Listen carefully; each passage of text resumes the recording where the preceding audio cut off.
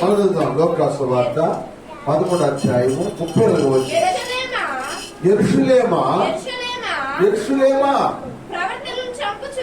ప్రవక్తలను చంపుచు నీ యొద్దకు పంపబడిన వారిని రాళ్లతో కొట్టుచున్న దానా, కోడి తన పిల్లను తన రెక్కల కింద ఎలాగూ చేర్చుకొని అలాగే ఎన్నో మార్లు నేను నీ పిల్లలను చేర్చుకొనవలెనని ఇంటిని గాని మీరు వెళ్ళకపోతే చాలా. ఇక్కడ యేసుప్రభు వారు యెరూషలేం పట్టణానికి వచ్చాడు. యెరూషలేం పట్టణానికి ఎందుకు వచ్చింటే మరణిస్తానికి వచ్చాడు.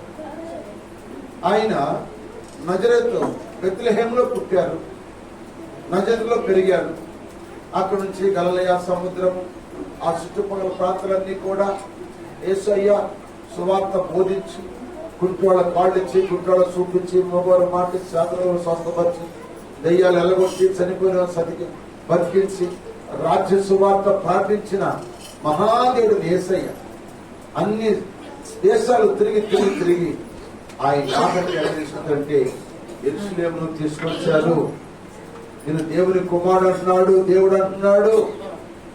ఈయన బాధదంతా నచ్చట్లేదు, ఇతను సిలువేయాలని చెప్పి యెరూషలేమునకు తీసుకొచ్చి, ఆ యెరూషలేముకు వచ్చినప్పుడు యెరూషలేము చూసి ఆయన ఏడుస్తూ అంటాడు ఈ మాట, యెరూషలేమా యెరూషలేమా, ఎవరు చంపుతుందంటే యెరూషలేము ప్రజలు. ప్రవక్తలు చంపేది ఎవరు? అన్యులు కాదు, ప్రవక్తలు చంపింది దేవుని బిడ్డలే, దేవుని ప్రజలే, దేవుని సేవకులను చంపారంటారు. ప్రవక్తలను చంపుచు మీ ఎంత పంపండి వారిని రాళ్లతో కొట్టుచుండుగానా. ఏం పెట్టి కొడతారంటే ఎవరిని కొడుతున్నారు? ప్రవక్తలు రాళ్లతో కొట్టు చంపుతున్నారు. ఎందుకు కూర్చుంటున్నారు? ప్రవక్తలు వచ్చింది దేనికి? మీకు రాజ్య సువార్త ప్రకటిస్తాను. పూర్వ దినాల్లో సువార్త ప్రకటించారు ప్రవక్తలు ప్రవచించారు, ప్రవక్తలు చెప్పారు. మోషే ప్రవక్త, మిరియాము ప్రవక్త, ఏమండి ఇర్మియా ప్రవక్త, యెహెజ్కేలు ప్రవక్త, యెషయా ప్రవక్త, ఆగూరు ప్రవక్త, ప్రవక్తలు 3 మంది ఉన్నారు. మలాయిక్తో ఆఖరు ప్రవక్తలు అక్కడ పాత నిబంధన. జకరియా ప్రవక్త, జబ్బనియా ప్రవక్త, అందరూ కూడా నహూము ప్రవక్త, అక్కయ్య ప్రవక్త, వీళ్ళందరూ కూడా ప్రవక్తలు. ప్రవక్తలు ఎంతో పంపాడు యేసు ప్రభువు అంటే దాని దేవుడు మీ బ్రతుకులు సరి చేసుకోమని, నీ మనసును సరి చేసుకోమని, మీ కొరకు ప్రాణం పెట్టైన ఆయన రాబోతున్నాడు కనుక ఆయన మీరు నమ్మండి అని చెప్పి ప్రవక్తలు వచ్చి వారికి వాక్యాలు చెప్పారంట. వాక్యాలు చెబితే వారు ఆ వాక్యాలు మాకు అవసరం లేదని రాళ్లతో కొట్టారంటాడు. వాక్యం అవసరం అంటాడు. ఎవరు వాళ్ళంటే దేవుని ప్రజలు. ఒక అన్యులైతే అనుకోవచ్చు, వారు విగ్రహాలైతే అనుకోవచ్చు, వారు తెలియని ప్రజలైతే అనుకోవచ్చు. వాడు కొట్టినా తప్పు లేదు, ఎందుకంటే నాకు తెలియదు కనుక. వీళ్ళెవరు? అన్నీ తెలిసిన వారు. అందుకే దేవుని కోపం మన మీదకి వచ్చింది. చూడొక మాట మీకు జ్ఞాపకం చేస్తాను. 2వ దినవృత్తాంతాలు 36వ అధ్యాయము 15-16 చదవండి. 2వ దినవృత్తాంతాల గ్రంథము 36 అధ్యాయము 15-16 చదవండి. 16 వారు దేవుని దూతలను ఎగతాళి చేయించు ఆయన వాక్యములను తృణీకరించు ఆయన ప్రవక్తలను హింసించు రాగా నివారింపశక్తి కాని యెహోవా కోపం. అది ఏం చేశారంటాడు? దేవుని వాక్యాన్ని తృణీకరించారు, ఎగతాళి చేశారు.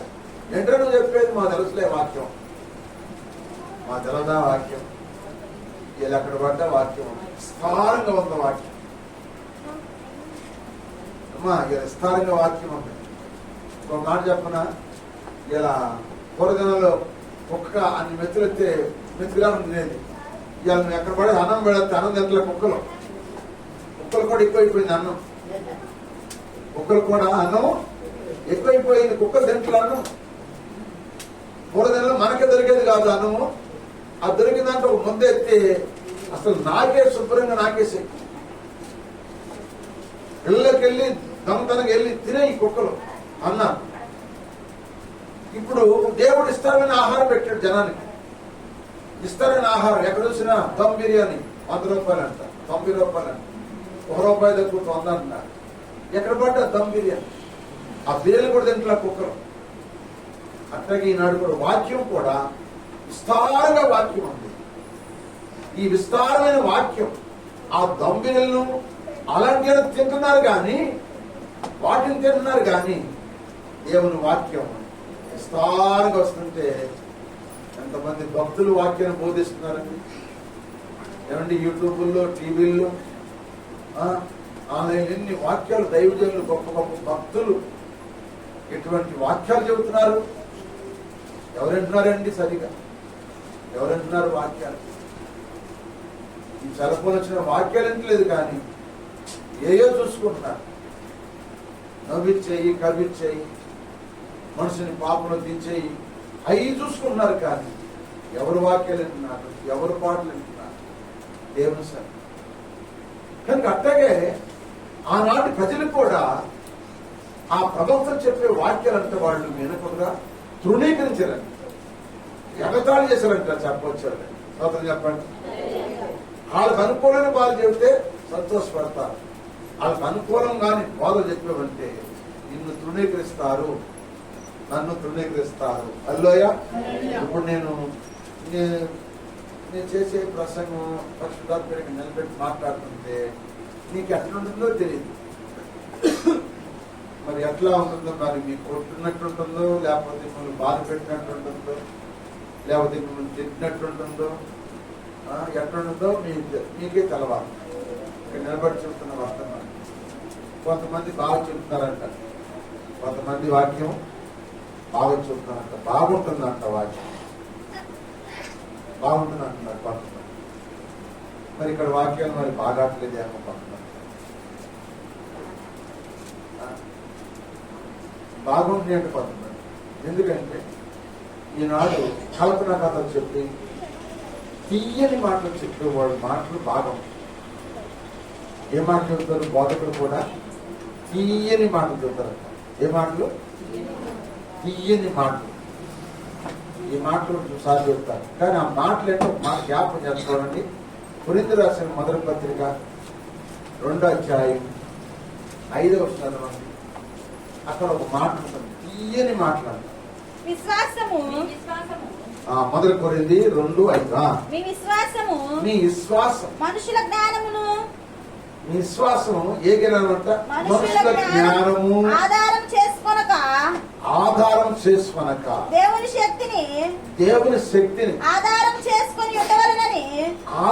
చేసుకొని ఉండవలనని నేను మాట్లాడుతున్నాను. సువార్త ప్రకటించినను జ్ఞానయుక్తమైన తీయని మాటలను వినియోగింపక. ఏమంటాడు పౌలు గారండి? ఏ మాటలు జ్ఞానయుక్తమైన తీయని మాటలు వినియోగింపకంటే చెప్పండి, ఉపయోగించుకుంటా. అది పరిశుద్ధాత్మయు దేవుని శక్తి కనపరచు దృష్టాంతములు అంటే ఏ మాటలు ఇప్పుడు ఏం చెప్పేది? తీయని మాటలా లేకపోతే దేవుని మాటలా? పౌలుగా చెప్పేది సరి చదవాలి. అక్కడ తీయని మాటలు చెబుతున్నాడా లేకపోతే పరిశుద్ధాత్మ ఇచ్చే మాటలు చెబుతున్నాడా?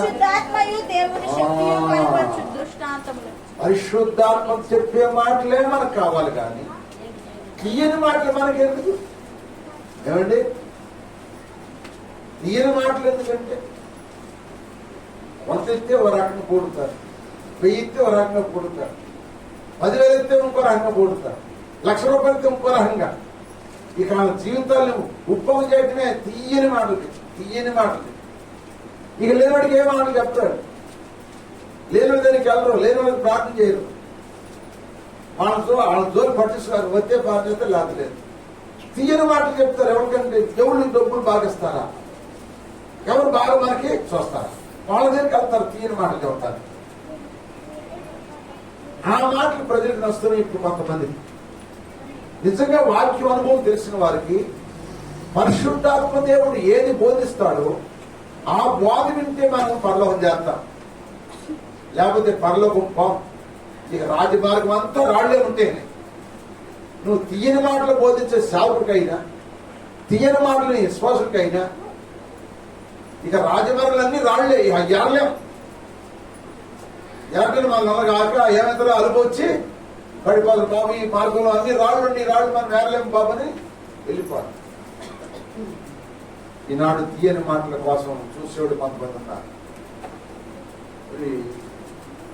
పరిశుద్ధాత్మడానికి నిలబెట్టి మాట్లాడుతున్న మాటలు మరి మీకు ఎక్కడ ఉన్నాయో నాకు తెలియదు. అది మీకే తెలవాలి, మీ మనసుకే తెలవాలి. అర్థమవుతుంది సారి? అర్థమవుతుందా? నీ బిడ్డకు తీయని మాటలు చెబుతావా, నీ బిడ్డకు గద్దించే మాటలు చెబుతావా? చెప్పమ్మా. నీ బిడ్డలకి తీయని మాటలు చెబుతావా, గద్దించే మాటలు చెబుతావా? ఏం మాటలు చెప్తా నీ పిల్లలకి? ఏం చెబుతా? గద్దించే మాటలు ఏం చెబుతా? వాడు బాగుపడాలని, వాడు ప్రయోజకుడు అవ్వాలని, వాడు భవిష్యత్తులో మంచి పేరు తేవాలని.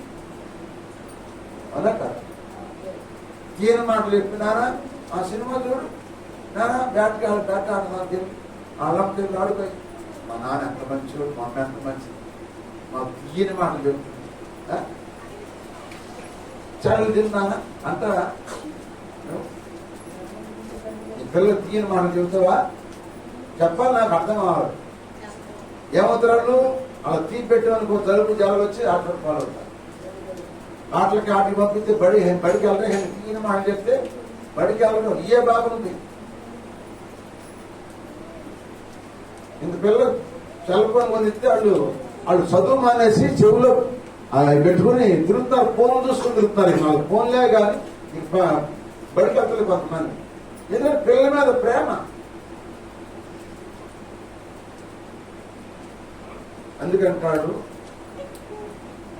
అదుపు లేని బాలుడంట తల్లిదండ్రులకు దుఃఖం కలిగిస్తాడు, అవమానం తీసుకొస్తాడు. బుద్ధి కలిగిన బిడ్డ మంచి పేరు చేస్తాడు.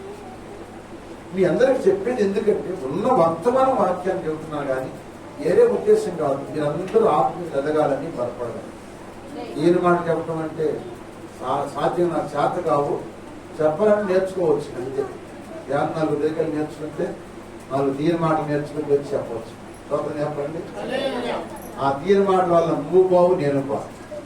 నాకు 2 రకాల శిక్ష అంటాడు, మీకు 1 రకం శిక్ష. అందుకని ఉన్నది ఉన్నట్టు బోధించారు. అందుకే ఇక్కడ ఈ ప్రవక్తలు ఉన్నది ఉన్నట్టుగా బోధించినందుకు ఏమండి, ఉన్నది ఉన్నట్టు బోధించగలిగినంత వాడు తృణీకరించి ఎగతాళి చేసినందుకు ఆ దేవుణ్ణి అంట పాపం అంట జనుల మీద అట్టొచ్చినంట. ఎంత పాపం అంటే అది తీవ్రమైన నివారింప శక్యం కానీ పాపం వచ్చినంత దేవుడు. అందుకే ఆ జనులంతా తెలుసుకునే దేవుడు బబులోని పంపించాడు. చచ్చిన రాగా మిగిలిన బబులోని పంపించాడు. ప్రవక్త చెప్పాడు, బబులోని రాజు వచ్చినప్పుడు ఆయన మీరు లొంగితే బతుకుతారు, ఆయన ఎదురు చచ్చిపోతారని చెప్పారు. 800 చంపేశాడు. ఆయన లోపట్లందరూ బబులోని తీసుకెళ్ళాడు. వీళ్ళందరూ ఎవరు? దేవుని ప్రజలే, దేవుని బిడ్డలే. దేవుని శాపం చెప్పిన మాట వాళ్ళు వినలేదు కనుక, ఆ మాటను ఆనాడు పితరులు వినలేదు కనుక, పితరులు చెప్పిన మాట లేదు కనుక, అందుకే ప్రవక్తగా యేసు వారి లోకానికి వచ్చి యెరూషలేముకి వెళ్తున్నప్పుడు ఆయన శిలువ మీద వెళ్ళబోతున్న టైంలో అంటున్నాడు, యెరూషలేమా యెరూషలేమా,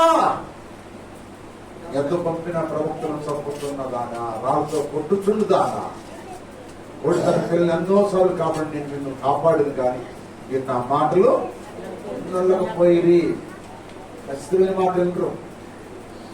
చేదు ముందు దాపడం కష్టం, తీపి ముందు దాపడం సుఖం. అవునా? తీపి ముందే గబాలు అవుతాం. చేదు ముందు తాగాలంటే, చేదు ముందు తాగితే రోగం తగ్గింది, తీపి ముందు తాగితే రోగం ఎక్కువైంది. అందుకని మనం తీపి కావాలా చేదు కావాలా? చేదు అయితే మనం రోగం తగ్గింది ముందు. అందుకే ఉన్నది ఉన్నట్టుగా బోధించే సేవకులు కావాలి. ఈయన మాటలు చెప్పే బాధకులు ఉన్నారు, కల్పనా కథలు చెప్పే బాధకులు ఉన్నారు. కానీ నీకు ఆదర్శం లేదు, వాళ్ళు విమర్శించలేదు. కానీ వారు చెప్పే బాధలు అంటామండి. ఒక ఆయన తిన్నాడు, పెద్ద ఆయన, ఒక చిన్న సేవకుడు నాలాంటి చిన్న సేవకుడు ఓ 10 మందిని, ఒక 20 మందిని కట్టుకుని బైబిల్లో ఉన్నది ఉన్నట్టుగా చెప్తూ వస్తున్నాడు. ఆ చెప్పిందే విన్నారంట వాళ్ళందరూ. లేదా 20 మంది నాలాంటి చిన్న సేవకుడు చెప్పి మాటలు విన్నారా? ఆ పక్కన పెద్ద మందిరం ఉందంట. అక్కడ సీనియర్ పాస్టర్ ఉన్నారు, గొప్ప పాస్టర్, 40 సంవత్సరాలు అనుభవం పాస్టర్ ఉన్నారు. అక్కడ పెళ్లి జరుగుతుంది, ఆ మందిరంలో పెళ్లి జరుగుతుంది. నేను కూడా ఆహ్వానించలేదు. ఈ 20 మంది ఈ పాస్టర్ కూడా పెళ్లి జరిగారు. ఆ పాస్టర్ గారు అక్కడ చేసిన అన్నిలు కూడా చేయాలంట. అక్కడ చేసినంత పెళ్లి అన్నిలు చేసినట్టుగా ఏమండి, పసుపులు, కుంకాలు, పారాణులు, కాళ్ళకి పసుపు కుంకాలతో, తరమరాలతో, ఓ అన్ని రకాలుగా ఆచారాలతో చేశారంట. ఈ 20 మంది ఉన్నారంట. ఏంటి ఇంత సీనియర్ పాస్టర్ ఇంత గొప్ప ఇంత చేస్తుంటే, అన్నిలు చేసినట్టు చేస్తుంటే, మరి మన పాస్టర్ ఏంటి? మనము క్రైస్తవ పెళ్లి మనం చక్కగా చేసుకోవాలన్నా వాక్యాంతరం చేసుకొని చెప్పి మాట్లాడి చెప్తున్నాడు. మరి ఆయన సీనియర్ కదా, ఈయన వచ్చింది 2-3 సంవత్సరాలు కదా ఈ పాస్టర్ గారు. మరి ఆ పాస్టర్ 40-50 సంవత్సరాల పాస్టర్ కదా, ఆయన చెబుతున్నాడు ఏంటని ఆశ్చర్యపోయాడు. ఇప్పుడు ఎవరైనా ఉంగరాలు చేత్తో ముడితే సమ్ముడు, దానికి ఒక చేత్తో ముడితే సమ్మకూడదుగా. ఈనాడు సూటు బూట్ వేసుకుని, ఏమండి సూటు బూట్ వేసుకుని మంచి కారు వేసుకుని ప్రసంగానికి వెళ్తే అతను గౌరవిస్తారు. కానీ నాలాంటి ఎవరు గౌరవిస్తారు చెప్పండి? నాలాంటి చదువు లేని ఎవరు గౌరవిస్తారు చెప్పండి? అర్థమవుతుంది. నాలాంటి ఎవరు గౌరవిస్తారు? ఒక మీటింగ్కి వెళ్ళాను, నాకు ముందు ఇచ్చారు ప్రసంగం. నేను అంశాల ప్రకారంగా 7 అంశాలు చెప్పాను. నా తర్వాత పెద్ద ఆయనకి ఇచ్చారు. ఆయన చెప్పిన బాధ ఎవరికి అర్థం కాదు. కానీ అతను బుగుడే. ఎందుకు? ఆయన తగ్గ పాటలా చెప్పుకుంటూ వెళ్ళిపోవాలి. ఎందుకు? ఆయన బుగుడేది. కానీ అర్థమైనట్టుగా 7 మాటలు చెప్తే 7 మాటలు చెప్పినట్టుకోవాలి. ఆయన బోడేది. ఎందుకంటే సీనియర్ పాస్టర్లు, చదువుకున్న పాస్టర్లు, ఇంగ్లీషు తెలుగు కలిపి మాట్లాడేవాడు. మనకు ఇంగ్లీష్ రాదు, కలిపి మాట్లాడతాను. ఏమండి, ఈనాడు ఇంగ్లీష్ 4 మాటలు నేర్చుకుంటే ఇంగ్లీషు తెలుగు కలిపి మాట్లాడతాను కొంతమంది. కారణం ఏంటంటే చెప్పండి, మనం తెలుగు వాళ్ళం కదా, తెలుగు మాట్లాడుకుంటూ సరిపోదు. తెలుగు వాళ్ళు మంచి ఇంగ్లీష్ ఎందుకు అంటే గొప్పతనం. అట్ట నేను అక్కడి దగ్గర వచ్చి ఇక్కడ దగ్గర వచ్చి అట్లాగే ఈనాడు సీనియర్ పాస్టర్లు చెప్పే మాటలు అవి కొద్ది మాటలు వాళ్ళకి ఎక్కడ తీగా ఉంటుంది. ఖచ్చితంగా బోధించేవాడు బోధ చేదుగా ఉంటుంది. అందుకే చిన్నవాళ్ళు లెక్క చేయాలి, పెద్దవాళ్ళని లెక్క చేస్తారు. అందుకే ఇరిమియా సొంత ప్రజలకు సొంత ప్రవక్త. ఇరిమియా లెక్క చేయదంటాడు. అందుకే ఈపు తిప్పుకోరంట. ఆయన వాక్యం చెబుతుంటే మొక్కలు తిప్పదంట, ఈపు తిప్పుతారంట. ఆ ఈపు తిప్పమంటే ఆ ఇరిమియా చెప్పిన వాక్యాలు తృణీకరించిన కనుక దేవుని కంట నివారింపశక్తిగా పాపం దేవుడికి వచ్చేసి బబులోని చెరకాలని మిగిలిన వారందరి చంపేపించు. అంత కోపం దాంట్లో వేసే సోదరు చెప్పండి. ఈనాడు వెళ్తే ఉన్నట్టుగా బోధిస్తే ఇట్ట ఉండమ్మా, ఇట్ట ఉండయ్యా అని చెబితే వాళ్ళు మంచోడు కాదు. ఎక్కడున్నా పర్వాలేదండి, ప్రభు నమ్ముకుని అంతే. ఆయన 2014 సంవత్సరాల క్రితం లాభం 33 సంవత్సరాలు జీవించి ఆయన రక్తం కాచి అప్పుడే ప్రాణం పెట్టాడు. ఆ రక్తమే ఇప్పుడు అందరి పాపాలు కడిగేసింది. మనలో పాపాలు లేవు అంటున్నారు కొంతమంది. మనలో పాపాలు లేవు, ఇక ఆయన కడిగేసాడు, అప్పుడే కడిగేసాడు. ఇక మన పాపాలు లేవు, మనం పొందినా బాగాలేదు అంటున్నారు కొంతమంది. ఇలాంటి బాధలు ఎంతమంది బాగుంటుందో అలా చేస్తారు. ఈయన మాటలు చెబుతా 7 పాయింట్లు ఒకసారి చెబుతుంది. కనుక ప్రియమంది ఏర్పడ్డారా, ఇక్కడ 3వ విషయం ఏంటంటే దేవుని వాక్యమును తృణీకరించి దేవుని సేవకులను రాళ్లతో కొడుతున్న ప్రజలు ఎవరంటే చెప్పండి, దేవుని నమ్ముకున్న ప్రజలే. ఆ ప్రజలు ఎవరు పడతారంటే సేవకులను పడుతున్నారు, సేవకులను తృణీకరిస్తున్నారు, సేవకుల మాట వింటలేదు, సేవకుల మీద నింద నేరోపలు మోపుతున్నారు. కనుక అలా చేస్తే అటువంటి రాయి నీళ్ళు ఉంటే తీసేసుకోమని చెబుతున్నాడు. సోదరు చెప్పండి. ఒక ఆయన ఖచ్చితంగా బోధించాడు. ఆ బోధకి ఏం సార్ చూడండి ఒక మాట. అపొస్తలుల కార్యం గ్రంథము 7వ అధ్యాయం 56వ వచనం చూడమ్మా. 7వ అధ్యాయం 56వ వచనం. అపొస్తలుల కార్యం అమ్మా. ఆకాశం తెరవబడ్డాయి, మనిషి కుమారుడు దేవుని కుడిపాటు నిలుచుంటాయి చూచునని చెప్పాను. అప్పుడు వారు పెద్ద కేకయేసి చెవులు మూసుకొని ఏకముగా అతని మీద పడి పట్టణ వెలుగులకి అతన్ని ఎల్లగొట్టి ఎవరు చెప్పారండి? రాళ్ళతో కొట్టి చంపారు. ఎవరిని? స్టెఫను ఆత్మవేశుడై వాక్యం చెప్పాడు. వాక్యం చెప్తే ఆ వాక్యం నచ్చల ఎవరికి? యూదులు నచ్చగా ఏమండి క్రైస్తవులుగా నచ్చగా ఆయన రాళ్ళతో కొట్టి చంపారు. అందుకే చెబుతున్నాడు. ఇంకా రాళ్ళు వేస్తున్నాము సేవకుల మీద. మంచి సేవకుల మీద రాళ్ళు వేయకూడదు. మంచి సేవకుడి మీద రాళ్ళు వేస్తే ఆ రాయి తిరిగి మళ్ళీ తిరిగి వస్తుంది. మంచి సేవకుడి మీద మనం రాళ్ళు వేయకూడదు.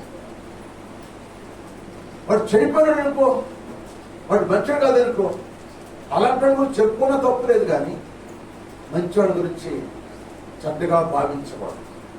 చెడ్డగా భావించి వాళ్ళ మీద రాళ్ళు వేస్తే ఆ రాళ్ళు తిరిగి మన మీదకే పంపిస్తాడు దేవుడు.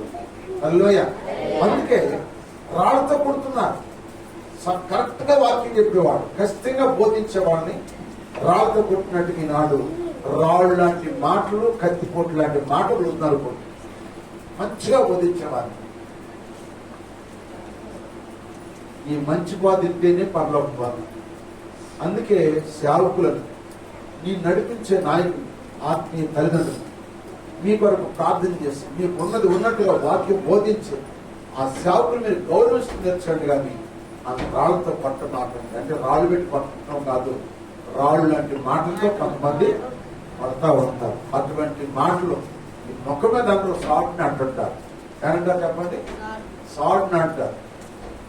భాస్కర్ నా గురించి చెబుతాడు. మా అచ్చగా భాస్కర్ కలపకుండా ఉండకపోయాడు. అక్కడ చూడండి ఎంతమంది వెళ్తున్నాను. కానీ కొట్లు వెళ్ళిపోతున్నారు. వాడికి వెళ్తే అసలు ఏ బాధ ఉండదు.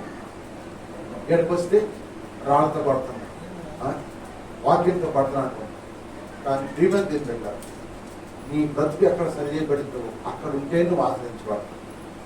నీ బ్రతుకు సరి చేయని చోటకి వెళ్ళేవనుకో అది కొద్ది కాలం తర్వాత అనర్థాలు నీ గురించి కన్నీరు వచ్చి ప్రార్థించడం కూడా ఉండదు. కనుక అందుకని రాళ్ళతో స్టెప్పను కొట్టి చంపేసి ఇంకేసుకోవడం చెప్పాడు. రాళ్ళతో కొట్టుతూ చంపుతున్నా తిరుమల దేవుళ్ళారా. ఒక వ్యక్తిని మీకు జ్ఞాపకం చేస్తున్నారు. దేవుని ప్రజలు శాపులను తృణీకరించారు. దేవుని విశ్వాసులు సేవకుని తృణీకరించుకోవాలి. సేవకుని గౌరవించాలి. సేవకుడు చెప్పే మాటలు సరిగా ఉన్నాయా లేదని చూడండి. అతను ప్రవర్తన సరిగా ఉందా లేదని చూడండి. అతను నడవడి సరిగా ఉందా లేదని చూడండి. కనిపెట్టండి. బైబిల్లో 4 సువార్తలు ఉన్నాయి. 5వ సువార్త ఎవరంటే మనమే. 5వ సువార్త మనమే. మన చదివేవాళ్ళు బయట, మన 4 సువార్త చదువుతుంటే మన చదివేవాళ్ళు 5వ సువార్త బయటున్నారు. ఆ బయటున్నారు కనుక ఆ సువార్త మన కోసం కనుక మనం జాగ్రత్త పడాలి. దేవుని స్తోత్రం. హల్లెలూయా. జాగ్రత్త పడాలి. ముందు కూర్చో. ఆడపిల్లలోకి వెళ్ళిపోవాలి. వాళ్ళు ఎక్కువ ముందరు ముందరు నీకు సరైన కూర్చోరా. ఆడపిల్ల కూర్చోమని ఆడపిల్ల కూర్చో.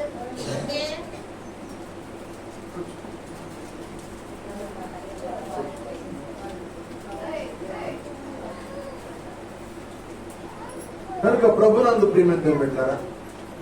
పిల్లలు కలపం కూర్చోట్లా ఏదో గెలుచుకుంటున్నాం, గిల్లు కాటం, నవ్వు కాటం వెళ్ళిపోవాలి. అందుకని కలపం కూర్చొని వాక్యం. నేను ఒక వ్యక్తిని మీకు జ్ఞాపకం చేస్తాను. ఈ మాట శ్రద్ధగా. ఇప్పుడు ఈ రాయి ఏ రాయి అంటే చెప్పండి. సేవకులను తృణీకరించి రాళ్ళతో కొట్టేవాడు ప్రవక్తలు. అంటే ప్రవక్తలన్నా సేవకులన్నా దైవ సేవకులైన వాళ్ళు మనం అటువంటి వాళ్ళని తుణీకరించి మనం కొట్టినట్టయితే ఈ రాళ్ళు మనలో ఉంటే అవి తీసేసుకోవాలని చెప్తుంది వాక్యం. అది శుద్ధీకరణ కూటంలో ఒక వ్యక్తిని జ్ఞాపకం చేస్తాను. అతను 7 సంవత్సరాలు రాదయ్యాడంట. పుట్టిన మొదలుకుని 7 సంవత్సరాలు రాదయ్యాడంట. చూడండి, ఒక మాట మీకు జ్ఞాపకం చేస్తాను.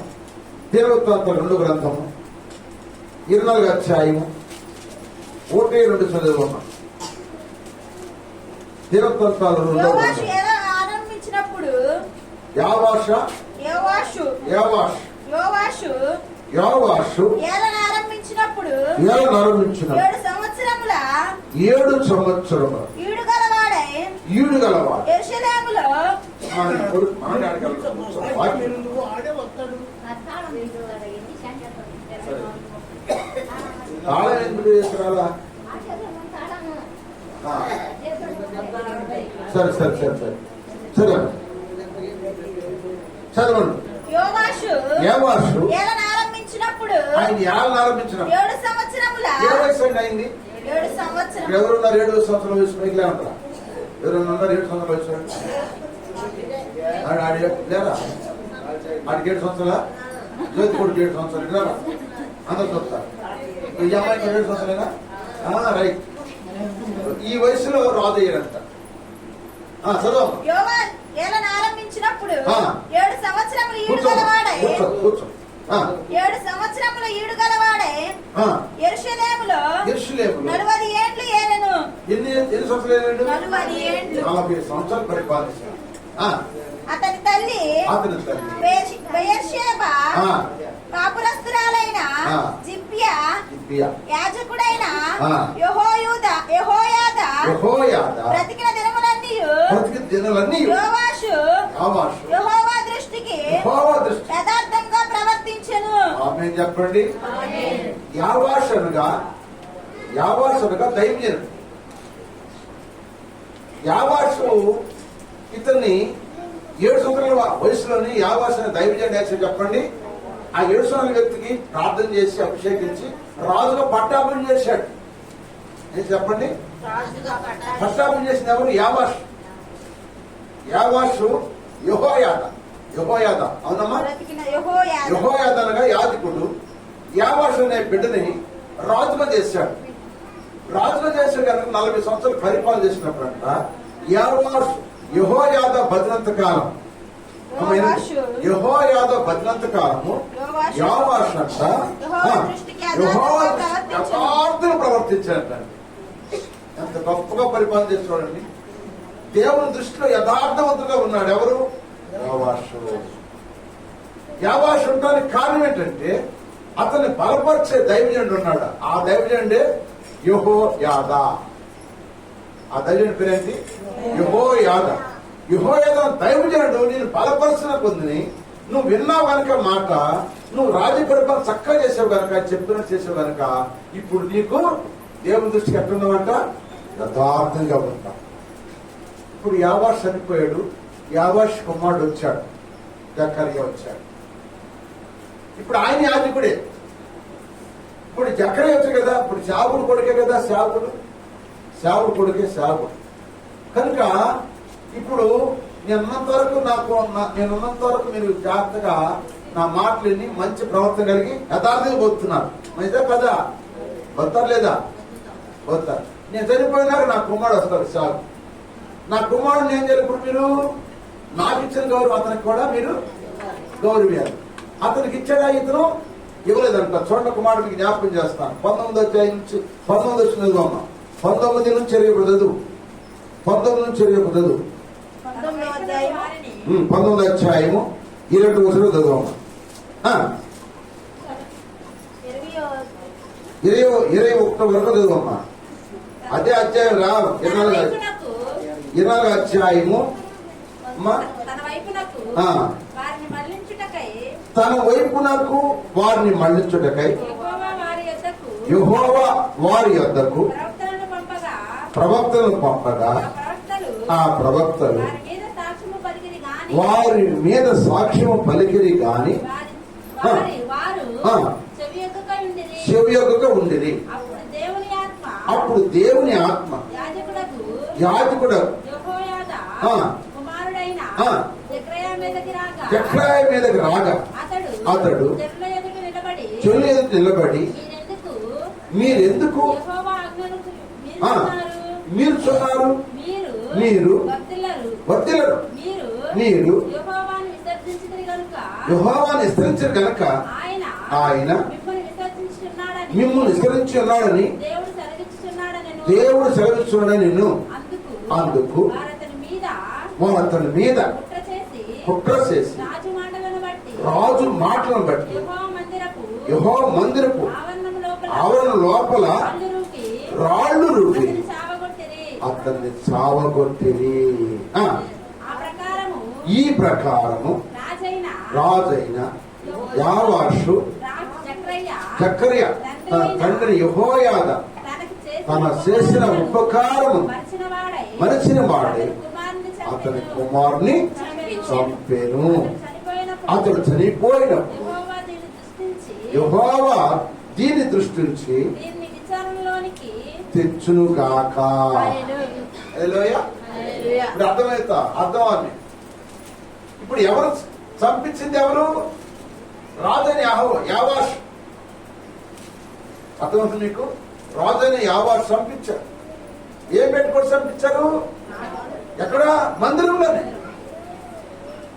ఈయన చెప్పిన బాధ ఏంటి? మీరు దేవుని కట్టడలు ఆశించట్లేదు కనుక మీరు వర్ధిల్లరని చెప్పాడు. ఏం చెప్పాడండి? తండ్రి చచ్చిపోయాడండి. ఇప్పుడు నీకు అర్థమవుతుందని చెప్పిన ఇందాకే, నేను చచ్చిపోయిన తర్వాత నా కొడుకు వస్తాడు సేవకి. నేను ఉన్నంతకాలం మీరు అందరూ బాగున్నారు. నా మాటకి గతగతగలాడారు. ఎందుకు? నా మాట ఎవరున్నారు? రాజున్నారు. రాజు గలగలాడు కనుక ప్రజలు కూడా గలగలలాడారు. బాగా సాబీలు జరిగిపోయింది. దేవుడు ఆస్వాదించాడు, దేశం అంతా ఆస్వాదించాడు, ప్రజలను ఆస్వాదించాడు, రాజును ఆస్వాదించాడు. అన్ని బాగా జరిగింది. ఇప్పుడు యావాషాన్ని యెహోయాదని యాజకుడు చచ్చిపోయాడు. అతని కుమారుడు యాజకుడిగా మందిరం సేవ చేస్తున్నాడు. సేవ చేస్తున్నప్పుడు ఇప్పుడు వీళ్ళు ఏంటంటే ఆయన ఏం చెప్తున్నాడు? మీరు దేవుని మాటలు సరిగా వింటలేదు, మీరు సరిగా మందిరం రావట్లేదు. మీరు దేవుని మాటలు విని సరిగా వస్తే మీరు వర్ధిల్లుతారు, లేకపోతే మీరు వర్ధిల్లరని చెప్పాడు. ఆ మాట కుట్ర చేసేసినట్టు రాజు చెప్పారు. రాజు అనుమతి తీసుకున్నారు. అనుమతి తీసుకుని చంపేయమన్నాడు.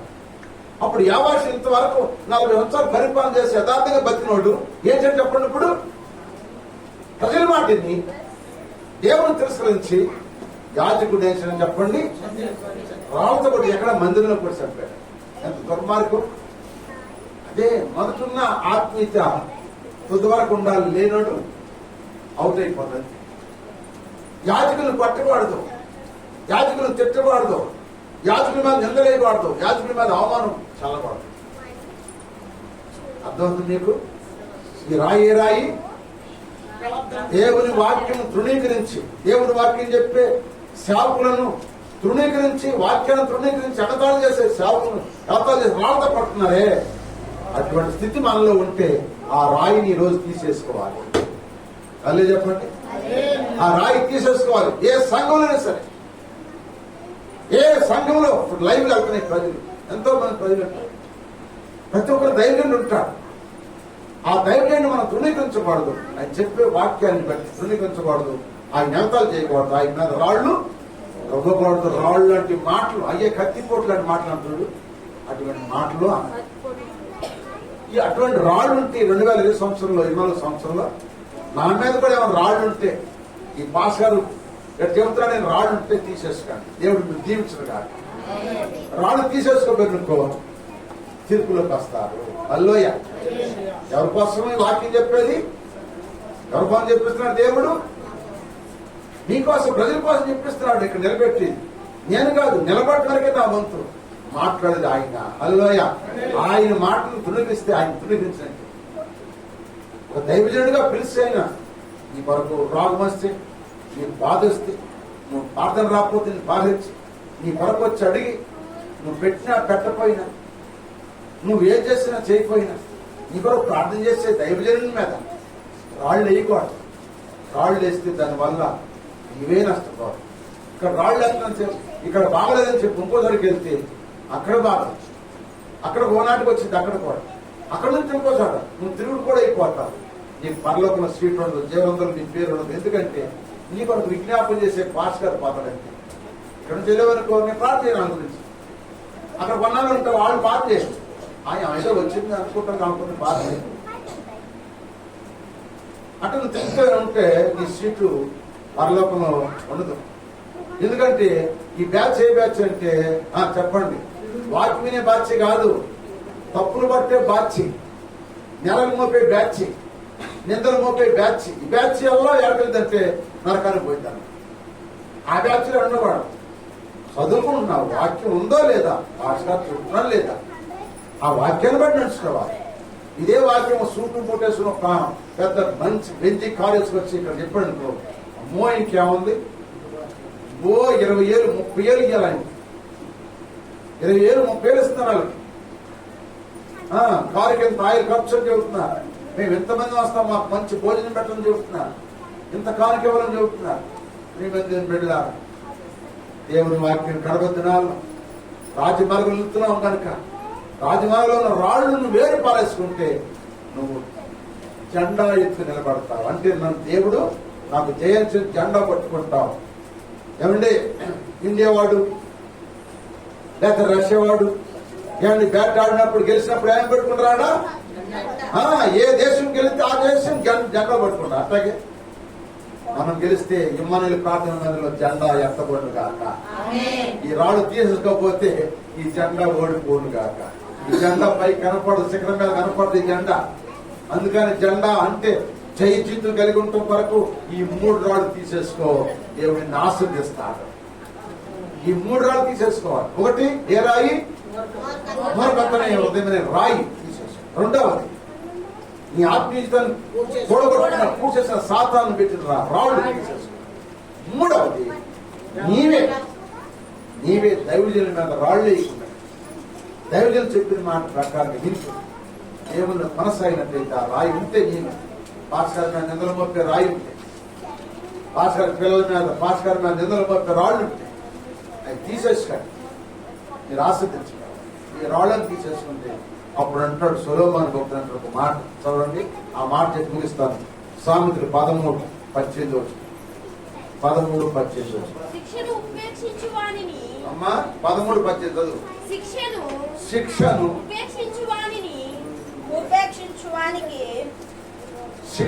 ఉపేక్షించు వానికి అవమానం దరిద్రత ప్రార్థించును. ఏంటంట శిక్ష అంటే ఇదే గద్దింపు. పౌలు గారు చెప్పాడు తిమోతి నా కుమారుడా, సమయం ఉంది ఆ సమయం ప్రయాసపడు, గద్దించు, బుద్ధి చెప్పు, వాళ్ళ వాక్యం బోధించు, బలపరచమని చెప్పాడు. గద్దించిన బుద్ధి చెప్పమన్నాడు. తీయని మాటలు చెప్పమని చెప్పలేదు. ఏసై ఎక్కడ తీపి మాటలు చెప్పలేదు, తీయని మాటలు ఎక్కడ చెప్పలే. ఇలా ఒక మాటలు చెప్తారు తీయగా ఉంటాయి. ఆ కథలో తీయగా ఉండవా? వాళ్ళు కథ చెబుతారు, వాక్యం చెప్పారు. వాళ్ళు కథ చెబుతుంటారు, కథ తీయగా ఉంటాయి. భాస్కర్ భార్య తీయని కథ చెబుతారు, తీయగా ఉంటాయి అంటాడు. ఇక్కడ గద్దింపును ఏమంటాడు? గద్దింపుని ఎవరైతే లక్ష్య పెడతారు అది దేని సూత్రం చెప్పండి. ఇప్పుడు మీకు అర్థం చెబుతున్నాను. సమయాలు ఉన్నంత కాలము సౌలు బతికాడు. సమయాలు ఉన్నంత కాలం సౌలు బతికి కాలేదంటే సమయాలు సౌలు వరకు ఎప్పుడు ప్రార్థన చేశాడు. ఏడుస్తుంటే దేవుడు అంటాడు, సమయాలు ఎందుకు అతని గురించి ఏడుస్తావు? అతను ఎప్పుడో కొట్టివేశాను. అతను నేను చెప్పిన మాట నువ్వు చెప్పావు, కానీ నీ మాట లేదు, నా మాట లేదు కనుక అతని గురించి ఏడవద్దని చెప్పాడు. కానీ అతని మీద ప్రేమ నుండి సమయాలు ఏడ్చాడు. ఏడ్చినంత కాలం సౌలు బతికాడు. సమయాలు ఎప్పుడు చచ్చిపోయాడు, ఆ తర్వాత సౌలుకి ఎవరు ఆదరించేవాళ్ళు, ప్రార్థన చేసి వెళ్ళారు కనుక సౌలు కూడా తిరుపతిలో చచ్చిపోయాడు.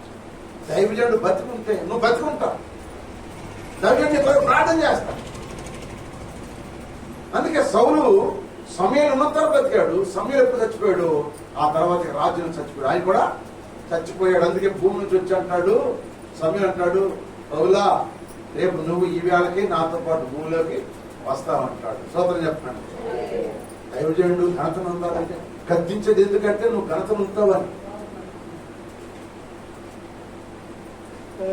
నా గురించి అనుకున్నారా కొంతమంది, పాస్ గారు గద్దింపుగా మాట్లాడుతున్నాడు, కొట్టినట్టుగా మాట్లాడుతున్నాడు, కొట్టినట్టుగా గద్దించడం మాట్లాడుతున్నాడు. అర్థమవుతుందా? గద్దించినట్టు మాట్లాడుతున్నాడు, కొట్టినట్టుగా మాట్లాడుతున్నాడు. ఆడికెళ్తే తీయగా ఉంటుంది మాట, ఆడికెళ్తే అనుకున్నానంటే పాపం. మరి అనుకున్నాడు ఇక్కడ ఉండరు లేదు నాకు తెలియదు. ఒకవేళ ఉంటే అమ్మా ఆ తీయని మాటకి వెళ్ళాలనుకుంటే వెళ్ళండి, మీకు 2 చేతులు తోడించి చెప్తున్నాను. వెళ్ళిపోయి తీయని మాటకి వెళ్ళాలనుకున్నప్పుడు వెళ్ళిపోయి నాకేం బాధ. మీరు గుణములు ఆడుకోవాలి, లాభలాభం గుణములు ఆడుకోమాక. ఎక్కడ బాగుంటాడు కదా స్వతం చెప్పండి, ఎక్కడ బాగుంటాడు కదా. ఇక్కడ మీకు వాక్యం నచ్చపోతే, ఈ గద్దెంపు నీకు నచ్చపోతే తీయని మాట చెబుతారు, ఆడికి వెళ్తున్నారు బాగుందంటున్నారు కనుక కొంతమంది అట్టే వెళ్తున్నారు. ఒకళ్ళు బట్టి ఒకళ్ళు వెళ్తున్నారు కదా, వెళ్ళాలి. నాకేం బాధ లేదు. నా దేవుడు తెలిసిన పిలుపుని బట్టి ఆయన ఇచ్చిన మాటలే చెబుతున్నాను. నేను ఆ మాటలు మార్చి నా మాటలు ఎలా చెప్తుందని చెప్పండి. నా మాట చూస్తే రేపు నేను దేవుడి దగ్గర లెక్క చెప్పాలి. నా మాటలు ఎందుకు చెప్పాలి? నా జ్ఞాపకాలు నన్ను పోషించే తండ్రి ఉన్నాడు కదా, ఆయన మాట విన్నారు కానీ మనుషుల మెప్పు నాకెందుకు? మొదట నా వాక్యం అక్కడ జ్ఞాని సులభం రాశాడు 13:18. శిక్షను ఉపేక్షించువాడు ఏం తెచ్చుకుంటాడు? ఇప్పుడు దైవం చెప్పిన మాటను నువ్వు ఉపేక్షించకపోయినా అంటే నువ్వు దాన్ని లెక్క లేకుండా ఉంటే నీవే అవమాన పాలైపోతావు, నువ్వే దరిద్రులు అయిపోతావు, నువ్వే దరిద్రాలు అయిపోతావు. శిక్షను గద్దింపులకు లోబడిన వాడు ఘనతనుంటాడంట. అంటే గద్దించినప్పుడు ఘనతనుంటాడు. నాతాను ప్రవక్త దావీదును గద్దించాడు, దావీదు ఘనతకు వచ్చాడు. నాతాను ప్రవక్త ఆ మనిషి నువ్వే రాజా, నువ్వే ఆ మనిషి అన్నప్పుడు లోపడ్డు కనుక ఘనతకు వచ్చాడు దావీదు. ఏమండి ఇక్కడ సమయాలు సభలు నువ్వు ఎందుకు ఆ పని చేశావు? నీ రాజ్యం కొట్టేశాడని చెప్పినప్పుడు ఏమన్నాడు? ఆయన వస్త్రం పట్టుకున్నాడు కానీ ఆయన పాదల మీద పడలా. ఆ దైవుడు పాదల మీద పడలే, వస్త్రం పట్టుకున్నాడు. వస్త్రం ఏమైపోయింది? చిరిగిపోయింది. ఎప్పుడైతే ఆ దుప్పటి చిరిగిపోయిందో ఈ రాజు 2గా చీలుకొని రా. అంతే గద్దింపుడు లోపడ్డోడు అంటున్నాడు. శిక్షను గద్దించినప్పుడు నా తండ్రి నన్ను గద్దిస్తున్న నా మేలు పడాలి అని నువ్వు అనుకున్న రోజున నువ్వు ఆస్వాదించబడతావు, నువ్వు ఘనతకు వస్తావు. తీయని మాటలు కావాలనుకుంటే ఎల్లు. బైబిల్ ఉందిగా తీయని మాటలని. ఆ తీయని మాటలు పోలుగా చెప్పాడా? చెప్పలా. పరిశుద్ధాత్మదేవుడు చెప్పిన మాటలే చెప్పాడు. వాళ్ళు తీయని మాటలు ఎందుకు చెబుతున్నారంటే చాలా మంది వాళ్ళ ఘనత పడతాం, వాళ్ళ మెప్పు పడతాం, వాళ్ళ దగ్గర రాబట్టుకోవడం పడతాం చెప్తారు. కొంతమంది మానలేసుకోమని బైబిల్ ఉందా? లేదు కదా, లేదని చెప్తున్నారు కదా. ఏమండి కొన్ని పనులు చేస్తారు కొంతమంది. ఎందుకు? ఎన్నాళ్ళు రాబట్టుకోవడం కోసం చేస్తున్నారు. ఎన్నాళ్ళు రాబట్టుకుంటే ఎన్నాళ్ళు శిక్ష అనుభవిస్తారు. అందుకే ఎప్పుడైనా సరే ఎక్కడ మనకు సరైన వర్తమానం, ఎక్కడ గద్దిస్తారో, ఎక్కడ నా హృదయపు లోతులో ఉన్న పాపాన్ని ఎవరైతే బయట తీస్తారో దేవుని వాక్యం ద్వారా వాళ్ళ దగ్గర నేను పరపడని పొందుకోవాలి. మన హృదయం లోతుల్లో మనం మర్చిపోయిన లోతులు ఉన్న పాపాన్ని తీసే పరిశుద్ధాత్మ దేవుని వాక్యం వినాలి కానీ పాపాన్ని కప్పేసి పైకి మెరుగులు పెట్టే వర్తమానాన్ని పాడైపోతుంది. దేవుని స్తోత్రం, హల్లెలూయా. అందుకే ఈ రాయి ఉంటే తీసేసి ఈ రాయి చెప్పండి. దేవుని వాక్యాన్ని తృణీకరించి దేవుని సేవకులను ఎగతాళి చేసి రాళ్ళతో కొట్టుకున్న నీ జీవితంలో ఉంటే దాన్ని తీసేసుకో. నువ్వు ఘనతకు వస్తావు, ఆ పల్లవ రాజ్యానికి మార్గంలో వెళ్తావు కనుక అక్కడ జై జెండా నీవు ధ్వజమునెత్తుతావు. ధ్వజం అంటే జెండా అంటే గెలుస్తావు అని అర్థం. గెలుస్తా, నీ విశ్వాసీతలు గెలవాలి కానీ ఓడిపోకూడదు. హల్లెలూయా. అటు గొప్ప పరిశుద్ధాత్ముడు అందరూ దయచేసి ప్రార్థన చేద్దాం. దేవుడి కొద్ది మాటలు అందరి దిగుళ్ళు నీరు కట్టి పల్లింపచేయుగాక. హల్లెలూయా, హల్లెలూయా, హల్లెలూయా. అర్థమైన మా గురించి ప్రార్థన లేఖించండి, అర్థమైన మా గురించి ప్రార్థన లేఖించండి. ప్రభువా, ఈ రాయి చాలా ప్రాముఖ్యమైన రాయి. ఈ రాయి చాలా ప్రాముఖ్యమైన రాయి. ధైర్యుడి మీద వేసిన రాళ్ళు ఇయ్యి, దైవ శాఖ మీద వేసిన రాళ్ళు ఇయ్యి, మంచిగా బతికేవాళ్ళ మీద వేసిన రాళ్ళు ఇయ్యి, యథార్థంగా బతికేవాళ్ళ మీద వేసిన రాళ్ళు ఇయ్యి. ఒకవేళ అటువంటి రాళ్ళు ఉంటే ఈ రాళ్ళు కూడా ఉంటే తీసివేసుకో.